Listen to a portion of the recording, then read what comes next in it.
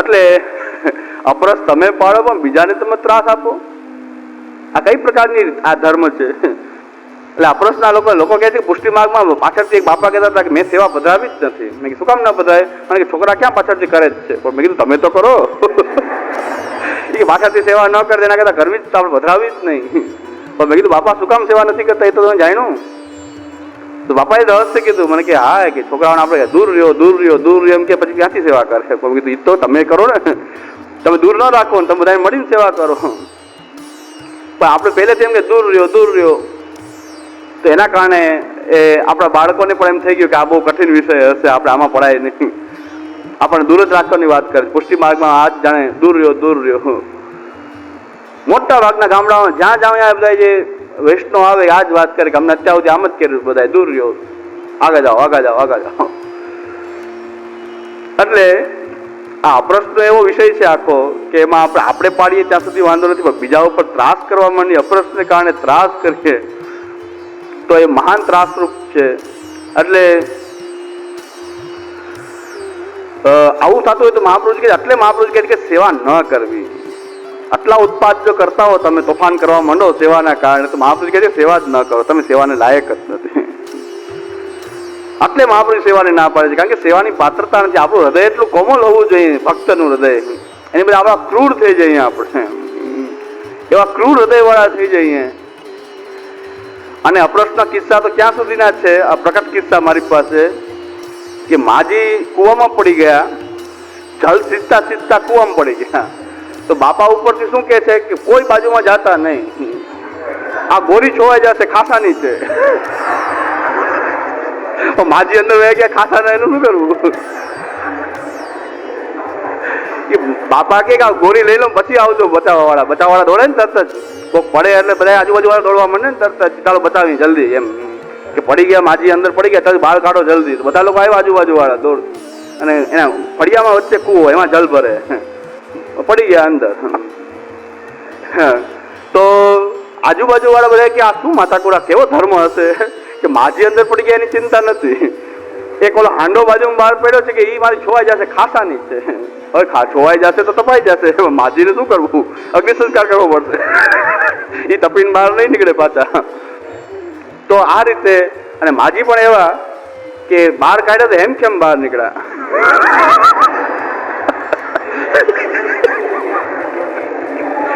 આજુબાજુ વાળા એમ કે હવે આ બચે નહીં, પણ બહાર કાઢ્યા તો એવા ને એવા હજી સેવા કરે છે. એ હજી સેવા કરે છે ઠાકોર. તો અપરસ બાપા ઉપરથી એમ કે છે કે માજીને બહાર કાઢો, એમ નહીં કે તમે હમણાં ન અટતા, પેલા જલની ગોળી લઈ લઉં પછી તમે એમાં જાઓ, નકા છોવાઈ જશે. ત્યાં સુધીનો આ તો પરાકાષ્ઠાનો આગ્રહ છે. એટલે અને આ ગામ, એના ગામમાં કિસ્સો પ્રખ્યાત છે. જે હોય એમ વાત કરે કે તમારો ધર્મ આવો, મરજાદી આવું કરે. એના ગામમાં પ્રખ્યાત કિસ્સો છે કે બધા લોકોને ખબર છે, પાછી આજુબાજુ વાળાને ખબર તો હોય ને કે આપણે બધા ના પાડી હતી અડવાની. શું કામ કે હાંડો લઈ લઉં પછી, નકા હાંડો છોવાઈ જશે. માજી મરી જાય તો ભલે મરી જાય, એનો મતલબ એવો અંદર ક્યાં એમ કે નક્કી થોડું હોય કે આમ જીવશે કે મરશે કે શું થશે. પણ ભગવત કૃપા એવી હશે કે માજી એમ કેમ બહાર નીકળ્યા, એમને અપ્રસમાં કુવામાં અંદર રહી, અંદર અપ્રસ કરી પાછા એમને બહાર આવી ગયા.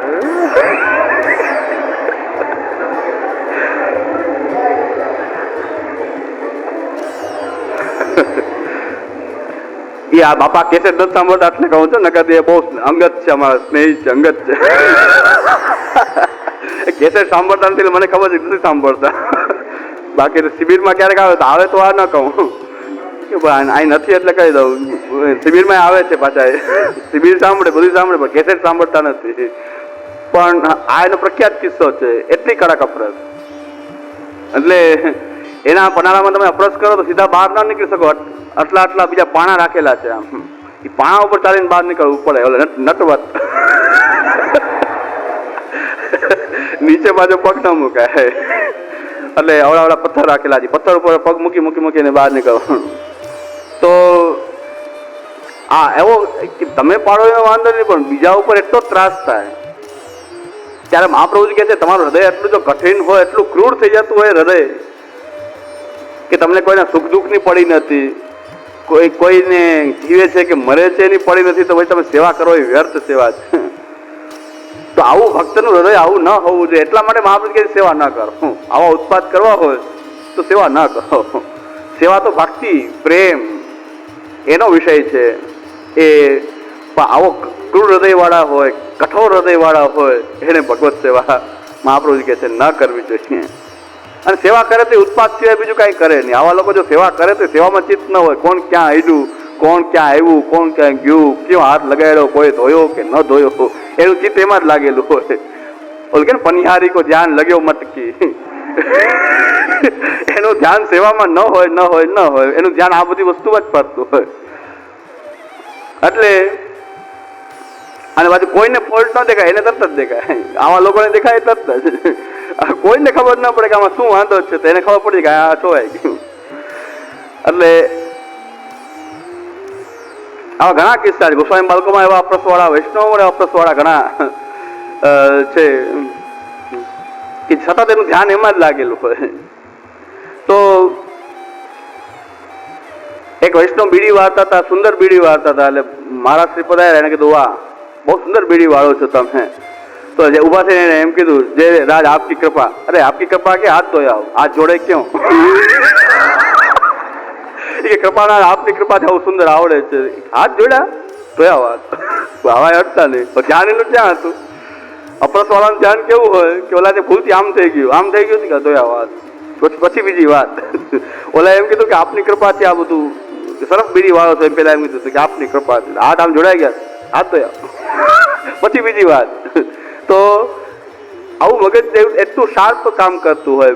પણ ભગવાનમાં આવું ધ્યાન લાગી જાય તો ભક્તિ થઈ જાય, તો સેવાનો ખરેખર અર્થ સરી જાય કે પ્રભુમાં આવું ધ્યાન કેન્દ્રિત હોય. આ કેન્દ્રિત ધ્યાન હોય.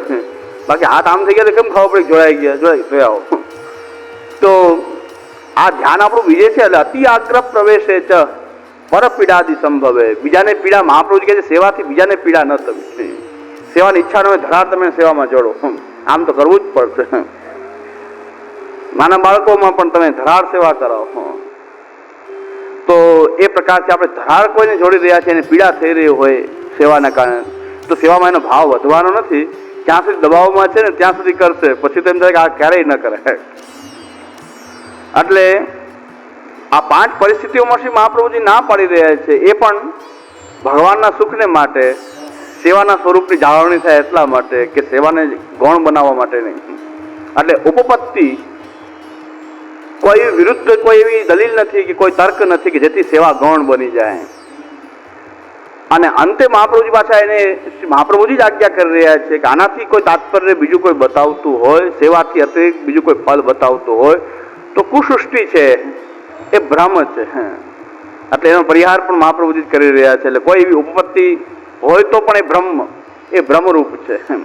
કુસૃષ્ટિ છે, એ સુંદર સૃષ્ટિ નથી પણ કુસૃષ્ટિ છે. એટલે આ જે તાત્પર્ય નિર્ધારક જે 6 અંગો છે વ્યાખ્યાના, શાસ્ત્રોમાં જે બતાવેલા છે, એમ 16 ગ્રંથને આપણે એનાથી ચકાસીએ તો આપણને સ્પષ્ટ એ ખ્યાલ આવે કે સેવા જ ફલ છે. 16 ગ્રંથનું તાત્પર્ય ભગવત સેવામાં છે. કૃષ્ણ સેવા સદા કાર્યા સેવનમ યોગ્યાનુસારીને અલ્પમ બહુવા પ્રયોજકમ. સેવા તમારી યોગ્યતા અનુસાર કરો. બીજા આટલી કરી રહ્યા એટલે કરો એમ નહીં, પણ વધારે કે ઓછી મહત્વ જ નથી, પણ તમારી યોગ્યતા અનુસાર ભગવત સેવા એ કરવી જોઈએ. એટલે આ બધા અંગોથી એ નક્કી થઈ રહ્યું છે કે સેવા જ ફલ છે. સેવાયામ ફલમ ન તો સેવાયા ફલમ. તો આ 6 વ્યાખ્યાના અંગોથી પણ એ સ્પષ્ટ થાય છે. ભ્રષ્ટ છે પણ સેવા પ્રકાર સંબંધિત છે. અહીં જે ગ્રંથ સંબંધિત તો નથી, સેવાના પ્રકાર સંબંધિત છે. રૂબરૂ મળીને પૂછી લેજો. આ બધું સેવાના પ્રકારમાં ચોપડ બિછાવવાનું આ બધું પૂછ્યું છે, એટલે એ પ્રકાર સંબંધિત છે, બહુ ગ્રંથ સંબંધિત તો નથી. છતાં પણ છેલ્લે કંઈક ટાઈમ હશે તો આ પ્રશ્ન લઈ લેશું કે જો સેવા ન બિરાજતી હોય તો કોઈ વૈષ્ણવના ઘરે ઠાકોરજીને ધરેલો પ્રસાદ લેવા જઈએ તો તે અસમર્પિત કહેવાય. હમણાં અમે ચર્ચા કરી લીધી કે સેવા સિવાય સમર્પણનો અવકાશ નથી. અને જો આપણે સેવા કરીએ છીએ તો જ આપણું જીવન સમર્પિત છે, નહીં તો એ અસમર્પિત જ છે. કારણ કે સેવાર્થ સમર્પણ છે, એટલું સમજી લેવાની જરૂર છે. હવે એક બીજો આમાં પ્રશ્ન છે કે સેવા બિરાજતી, આમાં તો સેવા ન બિરાજતી બીજાને તે પ્રસાદ લેવા જાય તો અસમર્પિત કહેવાય. અસમર્પિત જ છે, પ્રસાદ હોવા છતાં પણ અસમર્પિત છે, કારણ કે સેવા નથી. એટલે તો સેવા ન બિરાજતી હોય તો અસમર્પિત છે, વાત નિશ્ચિત છે. પણ સેવા બિરાજતી હોય અને અન્યત્ર આપણે પ્રસાદ લેવા ક્યાંય ગયા તો એક વસ્તુ સમજી લઈએ કે આપણા ઘરના જે ઠાકોરજી છે એમનો જે પ્રસાદ જે છે એ સમર્પિત મહાપ્રસાદ છે. અન્યત્ર પ્રસાદ તો છે પણ એ સમર્પણ કઈ રીતે છે કે આપણો એમની સાથેનો જો વ્યવહાર જે છે, આપણો એની સાથે જો વ્યવહાર છે એ સમર્પિત છે.